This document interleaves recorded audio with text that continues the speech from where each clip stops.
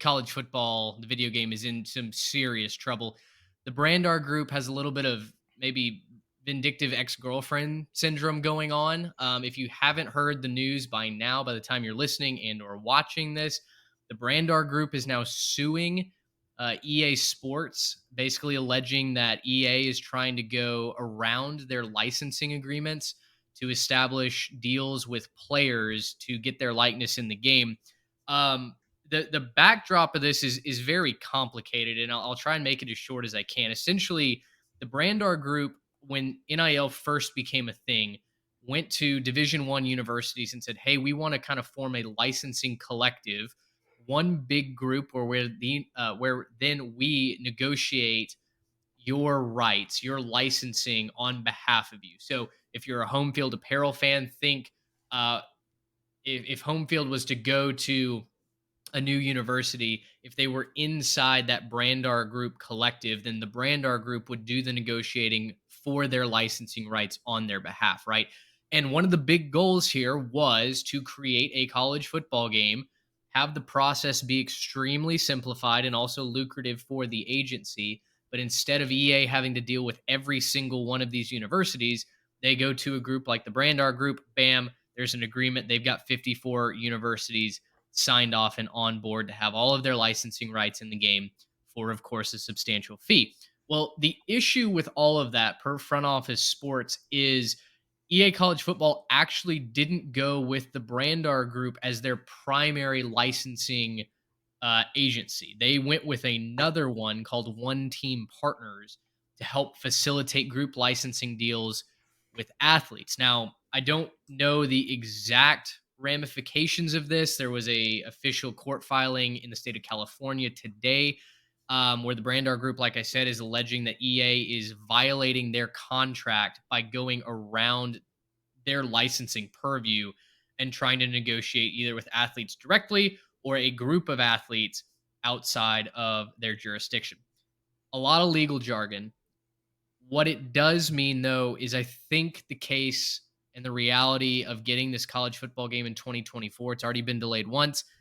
I think it's on very shaky ground, and I would love your input here on this. Like, how miserable does that make you as a fan of the franchise? Well, wasn't this the point of us getting NIL in the first place? Was that we could get this game back? And I know that the players, getting their money and getting paid for their likeness, that was a whole part of it too. I get that, but like the massive groundswell of support behind this in the college football community as a whole, a lot of that had to do with getting this game back. And I'm not shocked that EA seems like they're kind of cutting corners and maybe doing things their own way and maybe not quite being 100% above board with what they're doing. And I don't know, how that works and if Brenner has the exclusives on all that or if they'll even be able to like prove that in court based on contracts, whatever else. Since everything is so new, there's probably not a whole lot of precedent here.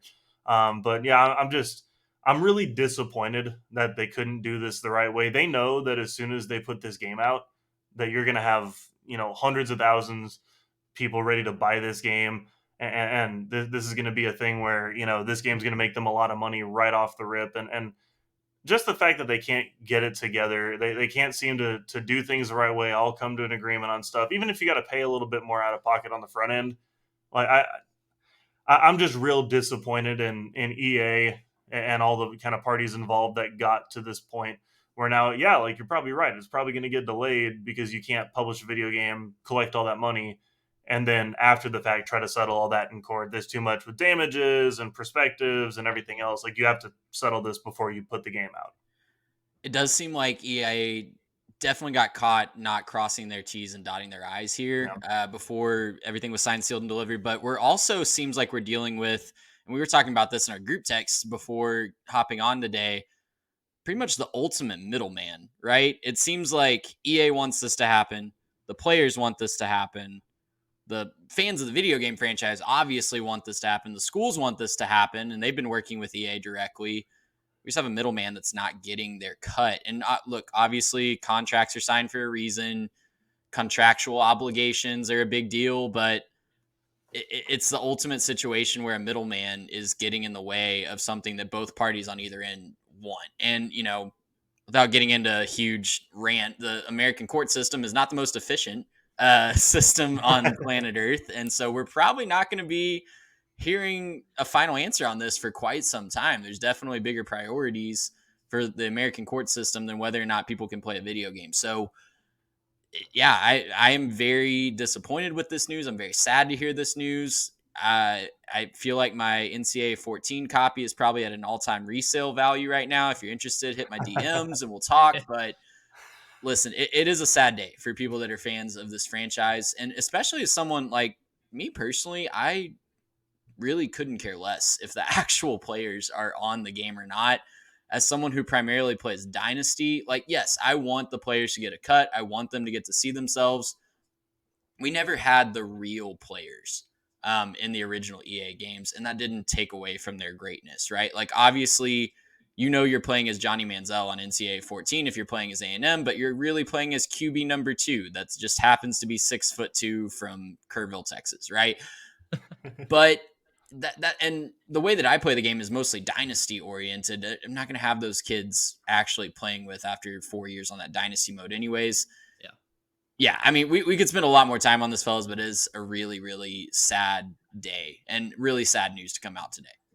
Well, in the bottom line, so part of the official court filing, the Brandar Group is alleging that EA is committing, quote, tortious interference, end quote, which I'd never heard that word. Well, if you followed realignment long enough, that's a very fun buzzword for the realignment folks.